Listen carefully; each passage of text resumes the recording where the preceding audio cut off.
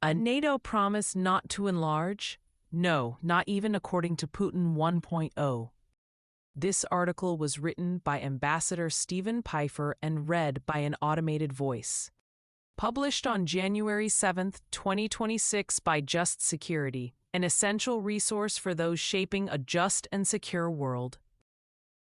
Russian President Vladimir Putin claimed in his end-of-the-year press conference that Western promises that they had given us about refraining from expanding NATO were being ignored. Just 2 days earlier, in a December 17th meeting with the Russian Defense Ministry's Collegium, Putin said Russia was insisting that NATO fulfill a supposed promise not to enlarge. He made a similar claim in a December 4th press conference in New Delhi. The notion that Moscow received a promise that NATO would not enlarge has become a standard Putin talking point. It's a canard. Soviet President Mikhail Gorbachev denied the supposed promise had been made.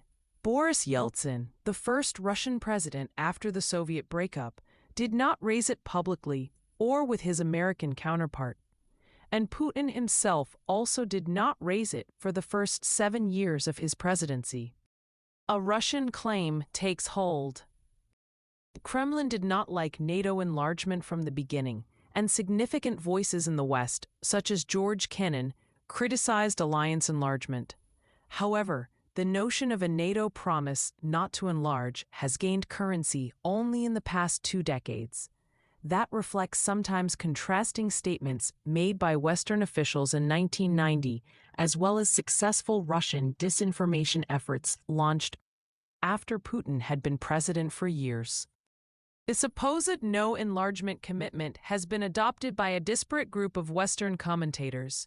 For example, in May 2016, Texas A&M professor Joshua Shifrinson wrote that NATO had pledged not to enlarge in 1990. Right-wing influencer Candace Owens tweeted on February 22, 2022, on the eve of Russia's all-out invasion of Ukraine, NATO, under the direction from the United States, is violating previous agreements and expanding eastward, citing remarks made by Putin. What was agreed?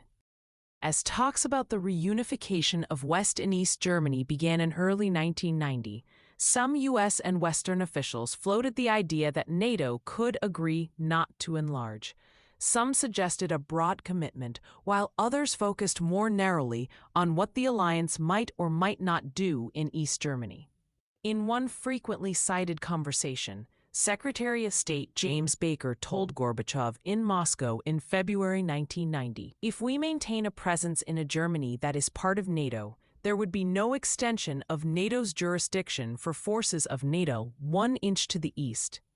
I was then a deputy director on the State Department's Soviet desk and a member of Baker's delegation in Moscow, and understood this to mean no expansion of NATO forces into East Germany.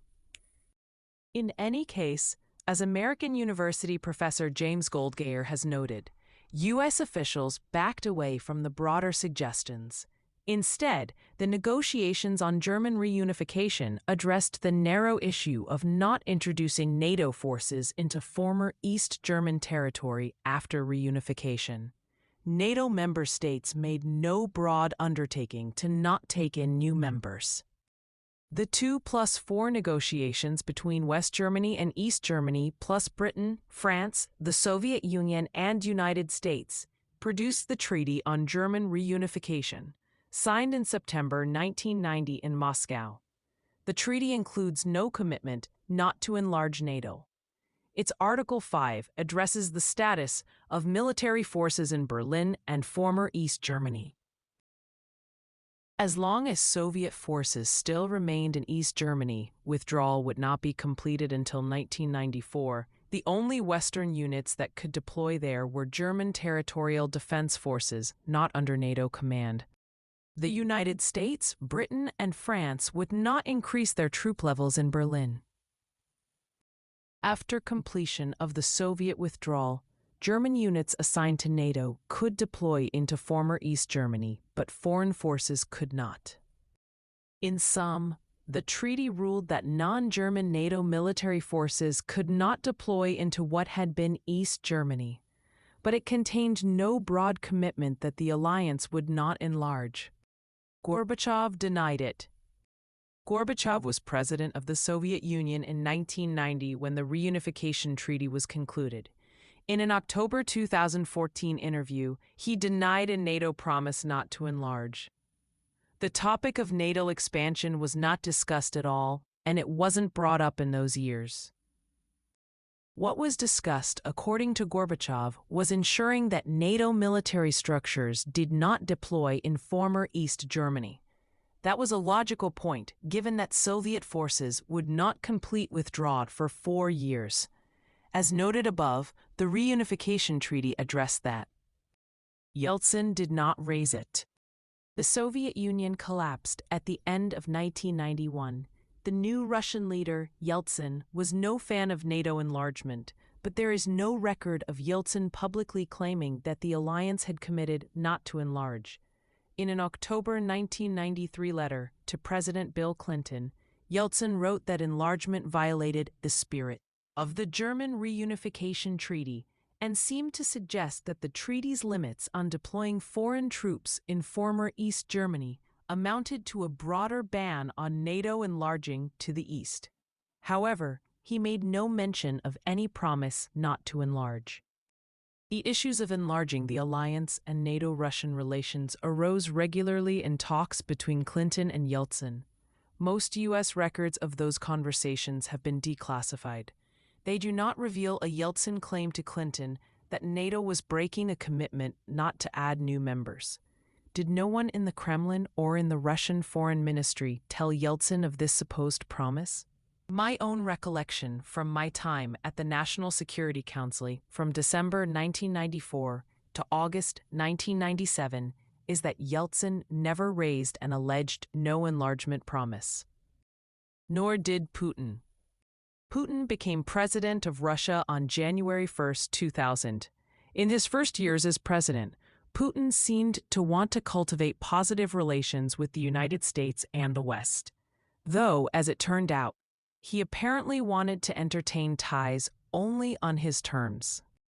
A few memoranda of conversations and meetings between Putin and President George W. Bush have been declassified.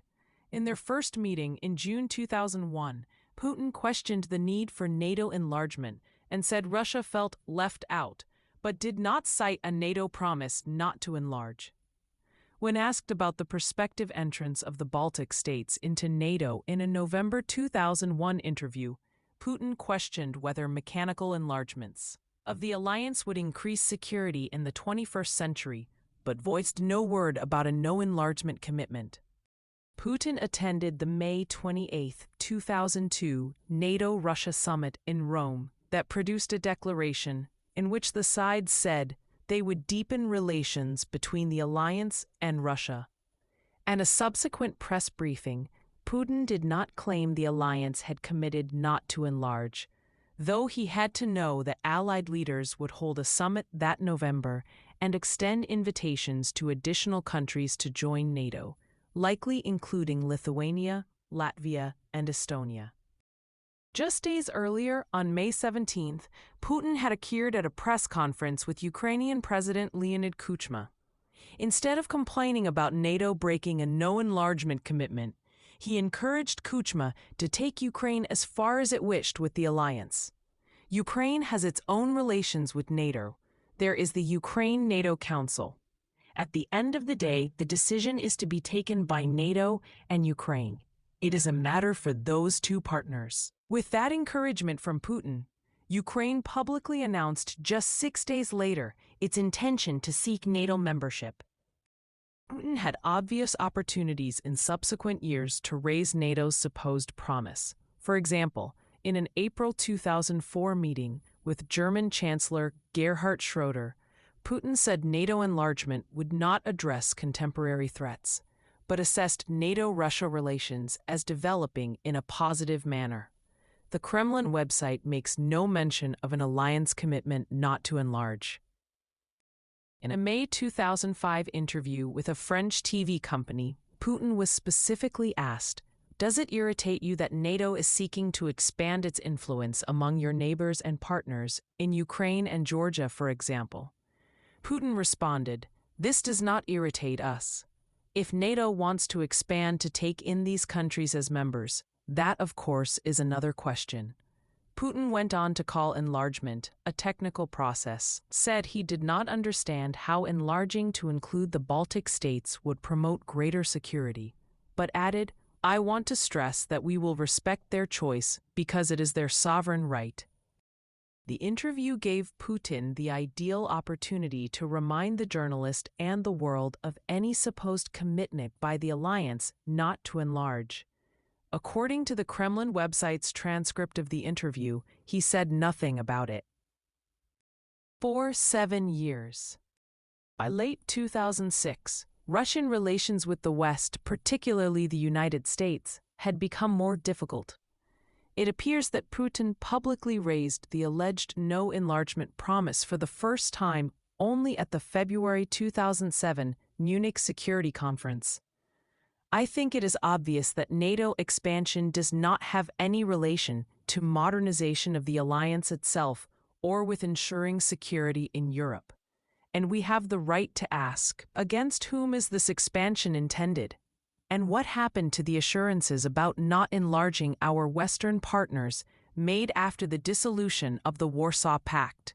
Where are those declarations today? Putin and Bush met in April 2008, immediately after the Bucharest NATO summit, at which Bush had sought but failed to secure NATO leaders' consensus for membership action plans for Ukraine and Georgia. Putin spoke at length about his concern about the alliance taking in Ukraine or Georgia. Curiously, however, more than a year after his speech in Munich, Putin said nothing to the American president about a promise or assurance that NATO would not enlarge.